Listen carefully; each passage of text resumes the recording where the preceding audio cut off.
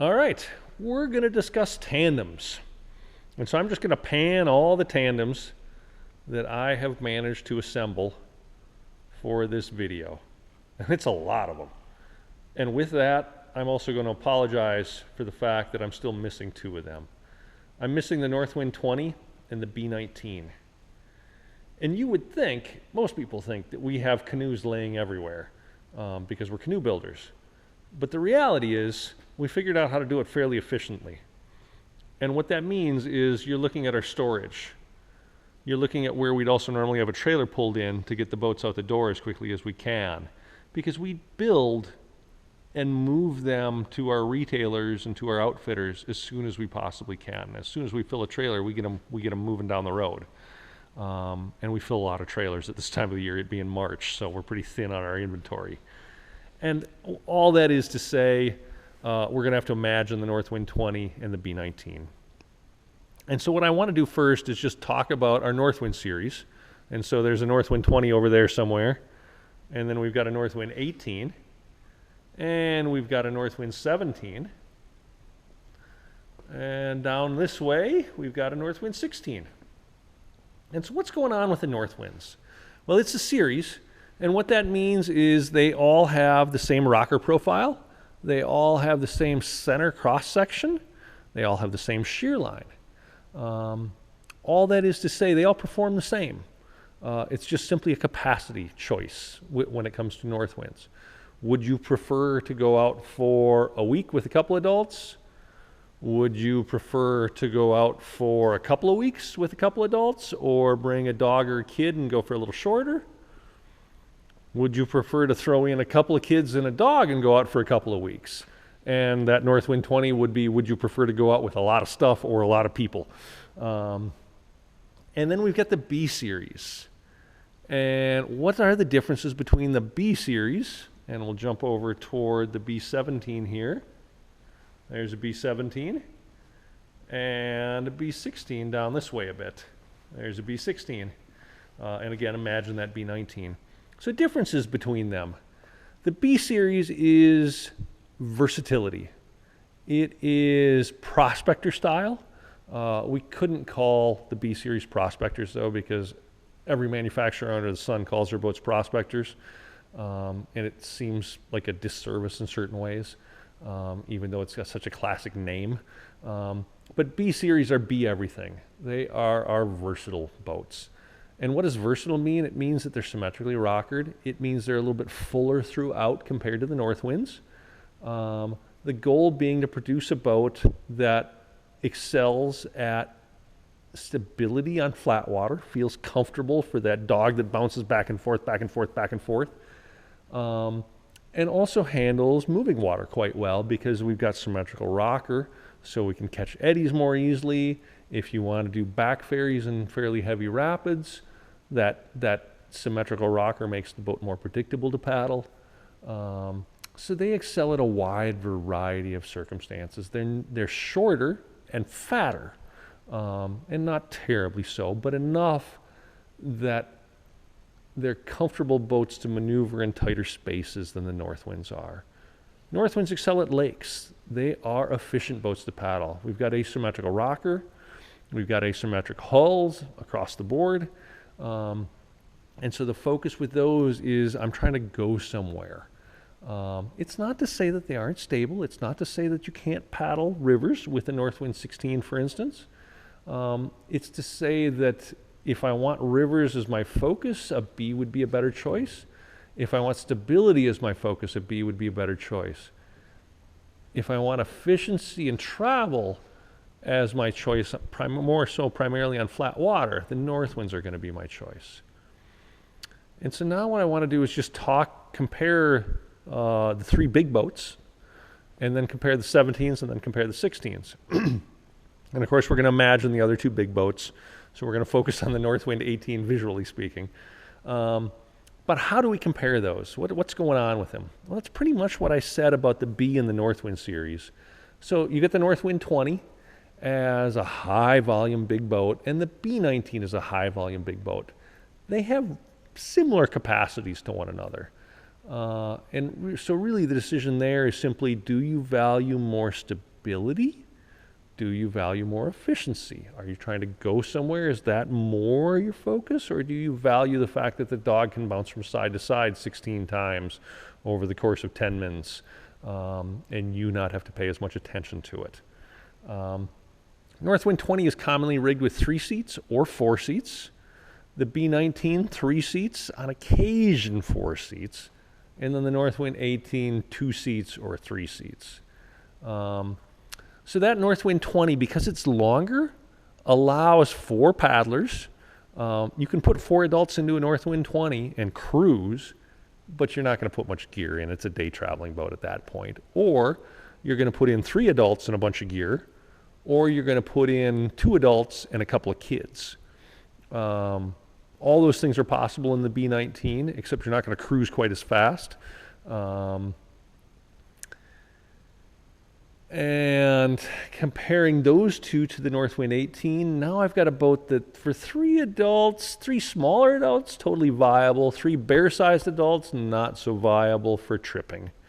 Much more commonly, we're going to put a couple of kids. Maybe they're going to share that same seat. Maybe one of them is going to be a duffer. You name it, a little bit more creative spacing in the Northwind 18 if you want to put four actual humans into it. Longer trips for 2 people and add that 100-pound dog. Those are places where the Northwind 18 excel. And now let's jump into the 17s. So we've got the Northwind. Again, it's that efficiency thing. It's 17 and a half, so it's a half a foot longer than the other 2 we're going to discuss, which would be the Seliga. The Seliga is a historic boat. It is a boat that was designed by Joe Seliga in Ely. It was built by him for 60 years. Wood canvas boats, he built 600 and some. Anybody in the wood canvas world knows that name. And he asked us to continue his design after he passed away, and that was a decade back, a little bit more maybe, probably more, when we were Bell Canoe.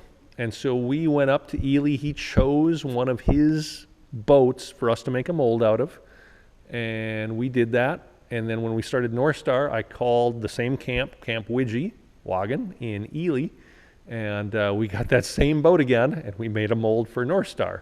And so this is the Northstar Seliga. Who tends to love the Seliga? Wood canvas paddlers and photographers. Why?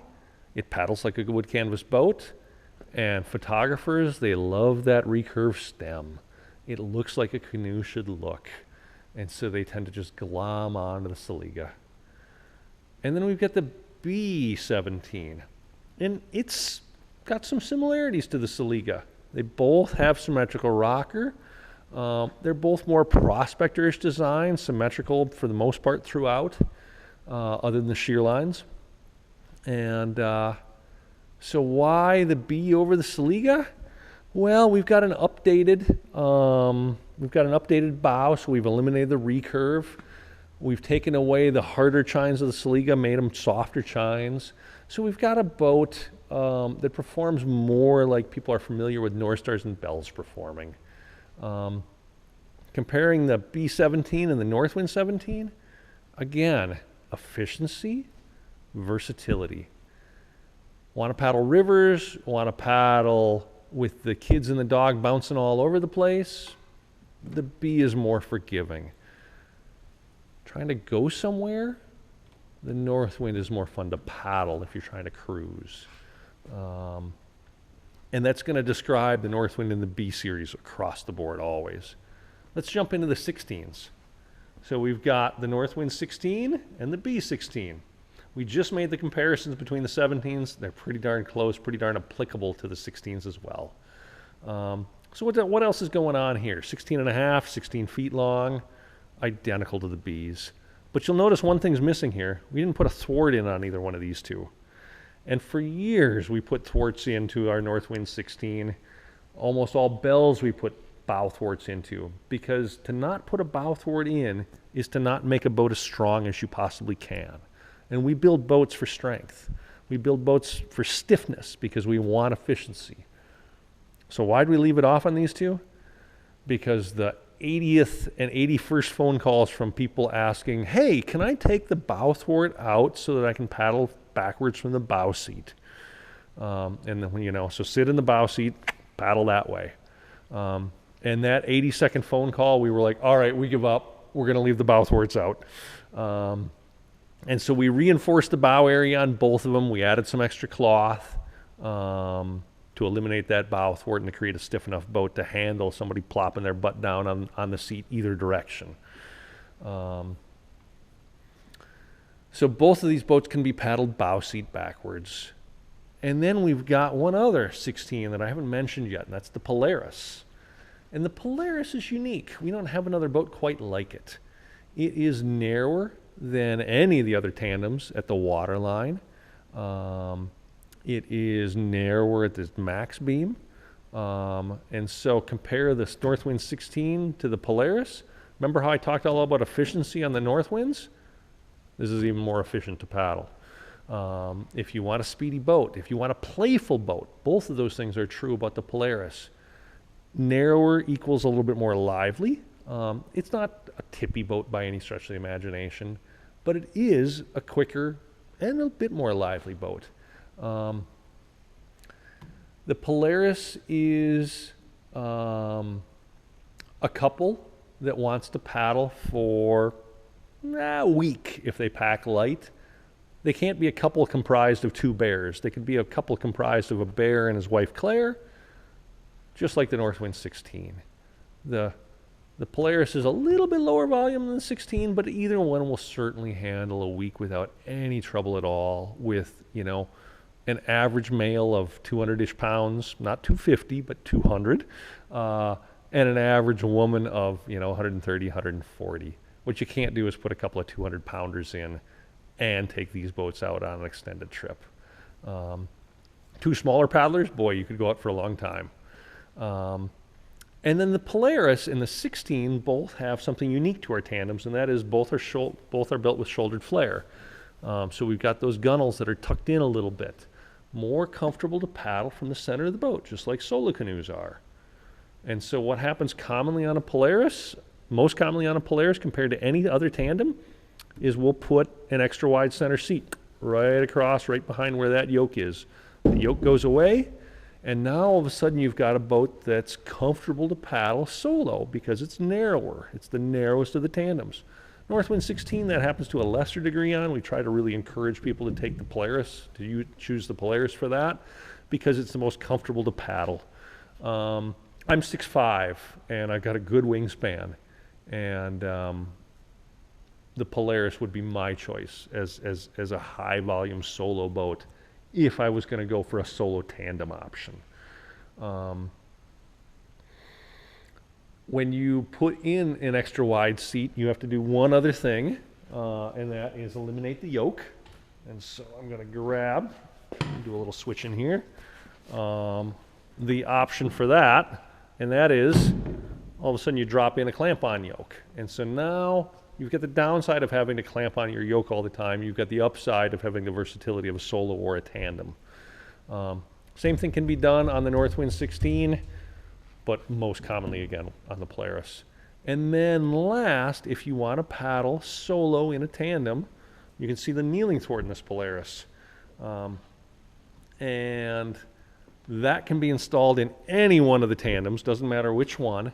Most commonly, though, it's done in the 16 and 17 footers, and it allows you to paddle solo, usually for a couple of hours.